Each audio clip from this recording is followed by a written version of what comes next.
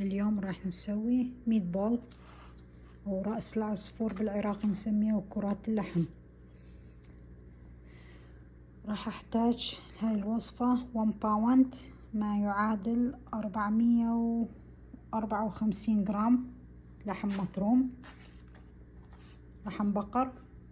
واحتاج نصف كوب من الخبز المطحون أو بريد كرامز، وراح أحتاج 3 فصوص ثوم، بهارات ملعقة صغيرة 7 بهارات، وراح أثرم المعدنوس أو الكرفس الكمية حسب الرغبة، الملح طبعا.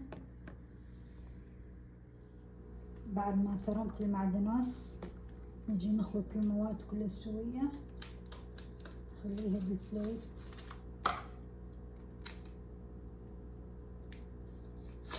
مقص مع المطبخ طبعا.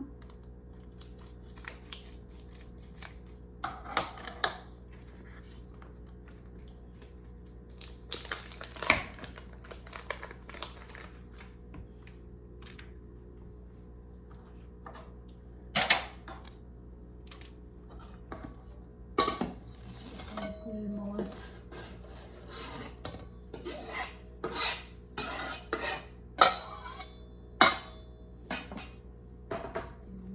جهة. نخلي بريد كرامز، فتات الخبز،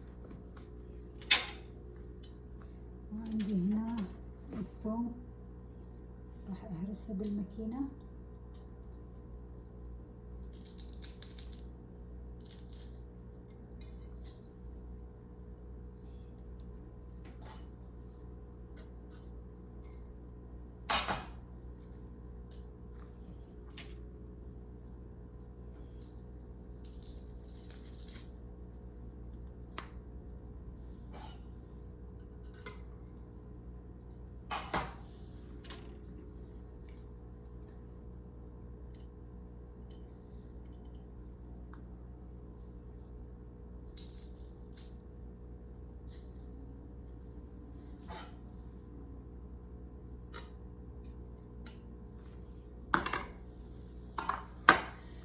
واجي اخلي البهارات 7 بهارات ملعقة صغيرة،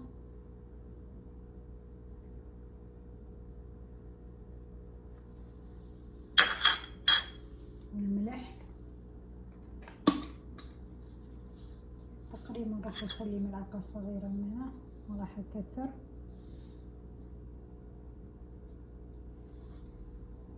يكفي هيجي، لان نسويها مرقة وسوب راح نخلي بيها منها ملح، راح نزيد. هنا راح اخلطهم سوية. راح ابدأ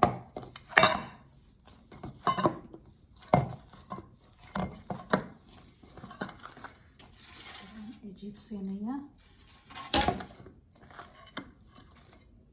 واخذ كمية صغيرة، يعني تقريبا ما يكون هواية. طريقة جدا سهلة، ما يراد لها اي شيء.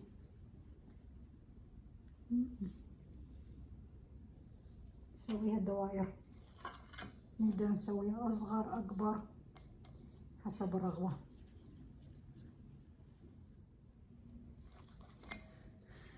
عندي فيديو بالقناة مال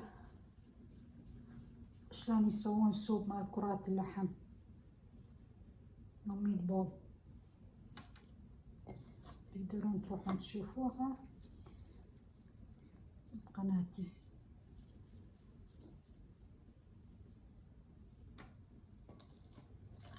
جدا سهلة، تقدرون تطبخوها راي ذا واي رأسا، أو تقدرون تخلوها بالفريزر وقت الحاجة تطلعون وتطبخون.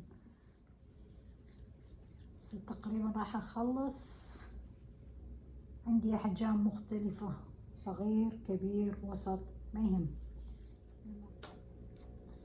طلعت الكمية.